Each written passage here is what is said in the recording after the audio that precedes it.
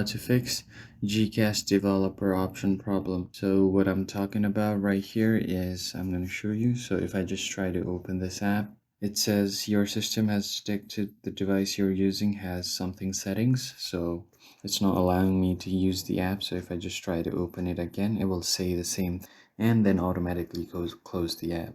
So there is a specific setting on developers option that you want to turn off, but what you want to do essentially is just go to your settings, scroll all the way to the bottom and get to your developers option. Tap on it.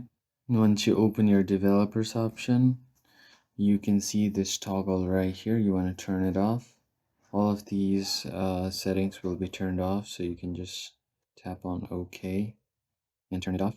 So once you do this, you go back and try to open the app again. It might take a while to load, but you should be able to continue with the app. So you can just enter your phone number and then you should be able to log into your app. And that's how you fix the GCash developer option problem. You just turn off your developers option and it will fix the problem. I hope this video was helpful. I'll see you guys on the next one. Thank you for watching.